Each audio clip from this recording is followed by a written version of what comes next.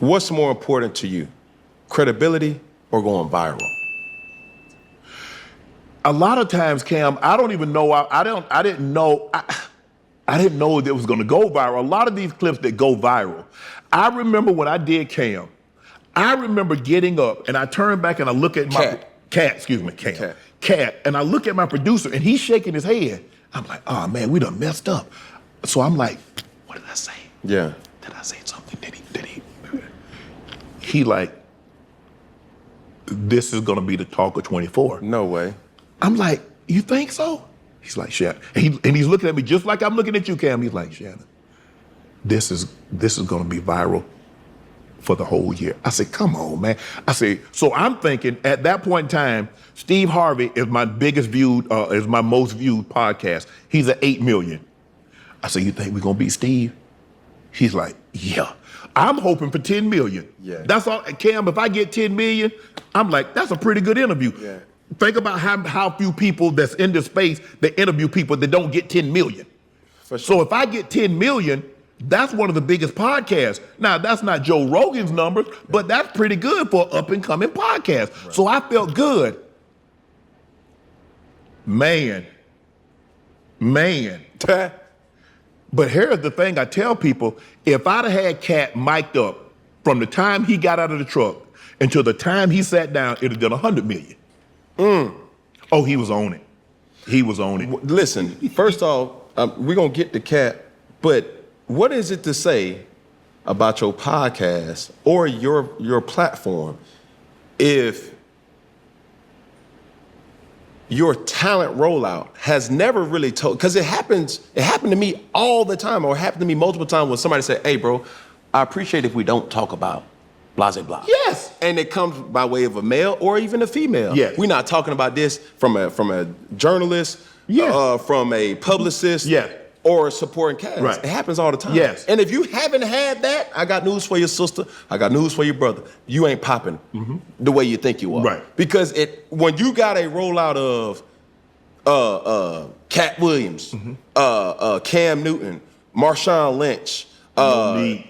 Like everybody, Monique, when you go down the list of Steve Harvey, like these are big deals in the entertainment space. Of course it's gonna come with, I would appreciate it if we're not talking about blah, blah, blah. Yes. You see what I'm saying? Right. Now, one thing that I do respect about KATT, he came with a lot of receipts. Yeah.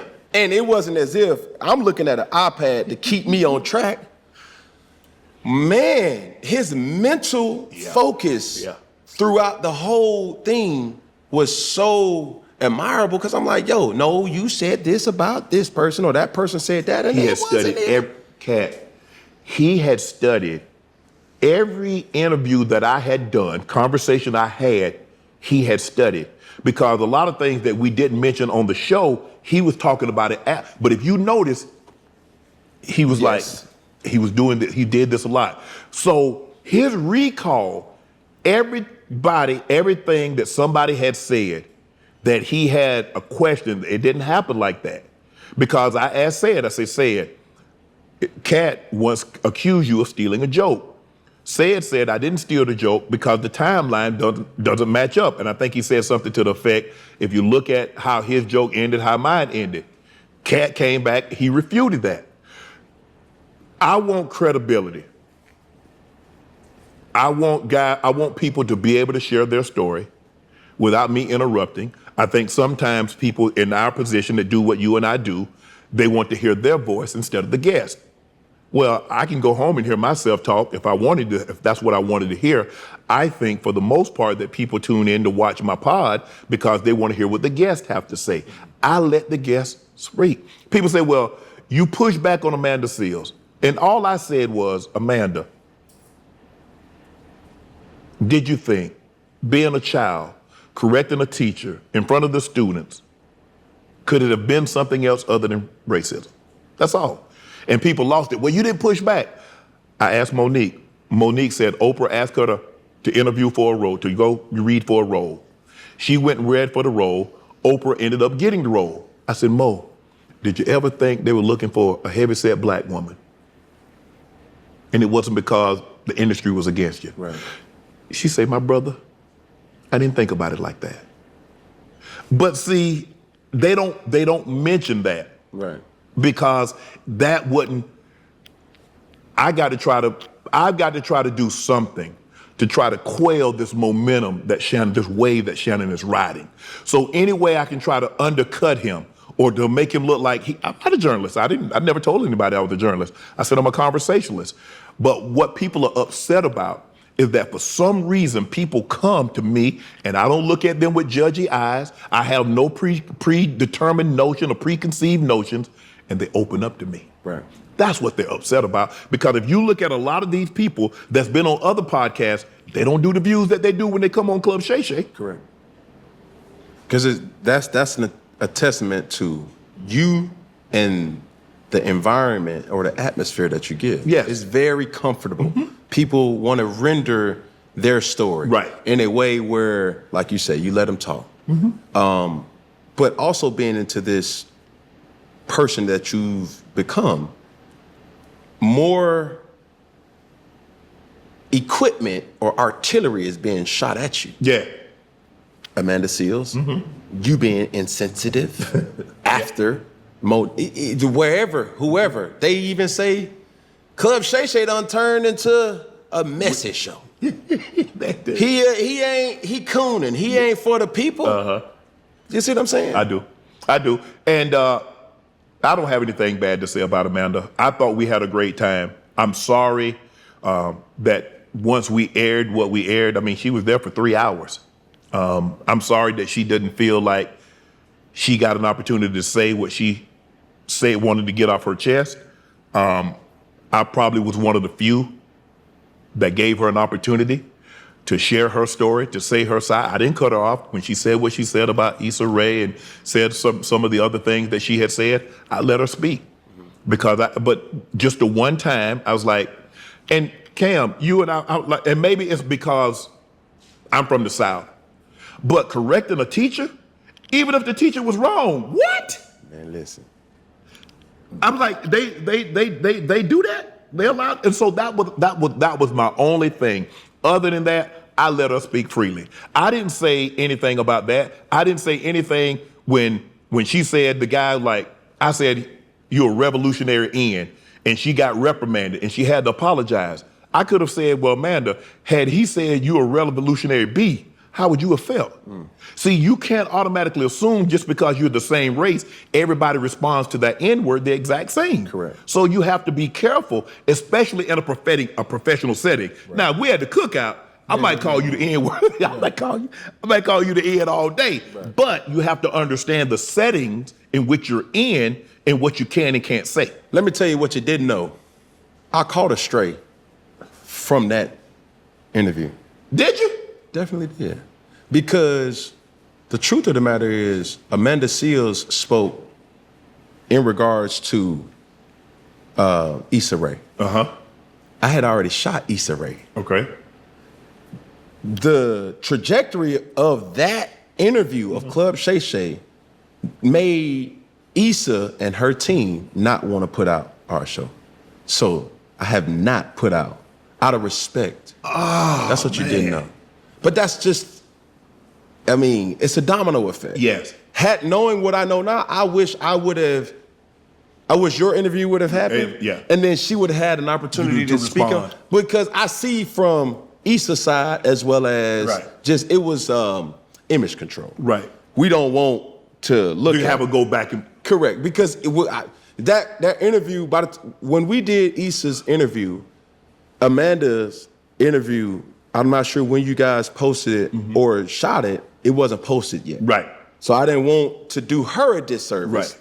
But with that being said, Issa Rae, please, let's run it back. You dig what I'm saying? For all give it opportunity to respond. Yeah. You know, but do you ever go back, or how many times have you watched the KATT WILLIAMS interview yourself?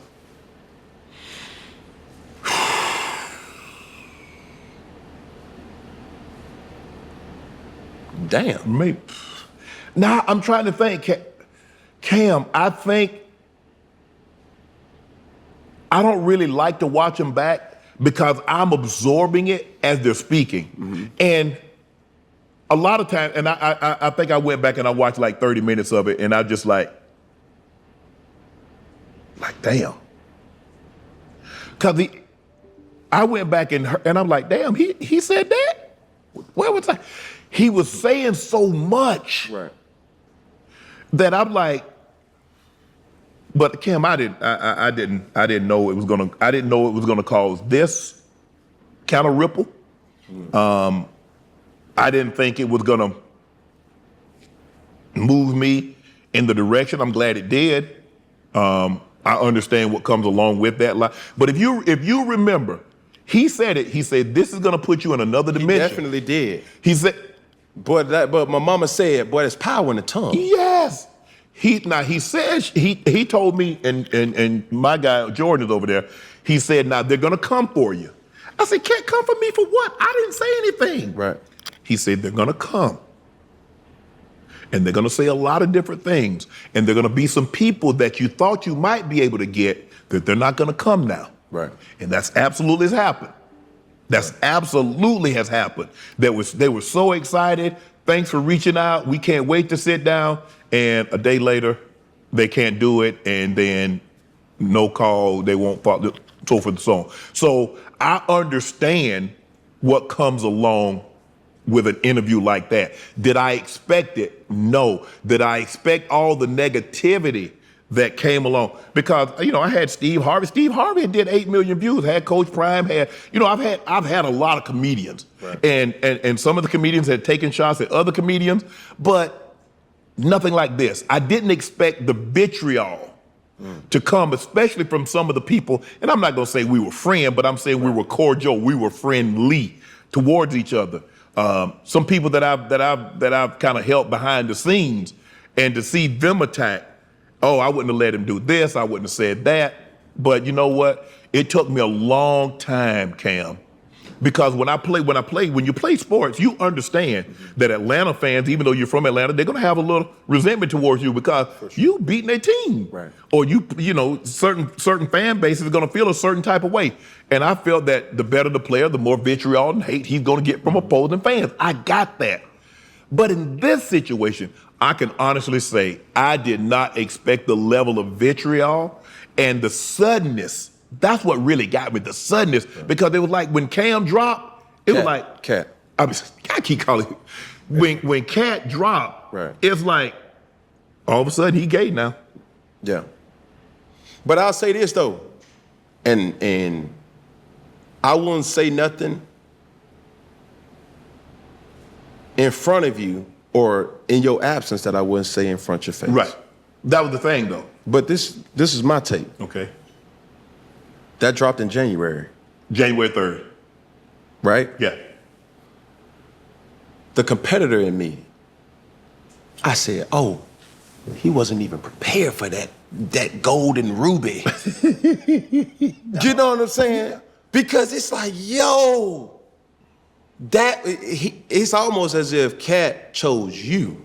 He did. You feel me? To have that platform to say, hey, listen, because KATT don't. He done do it. Just like you don't do sit downs, you see what I'm saying? Kim, I've been trying to line KATT up for a year. I tried to line him up for a year. People don't know this, but KATT doesn't like to fly. He normally takes the bus. He takes a tour bus pretty much everywhere he goes. And so he wasn't gonna be on that side of town in LA, in California. Right hand to God. I go to my agent's office on a Friday. I'm getting off the elevator. As I'm getting off the elevator, a lady's getting on. Right. She said, hello. I said, hey, how you doing? I'm Shannon Sharpe. She tells me her name.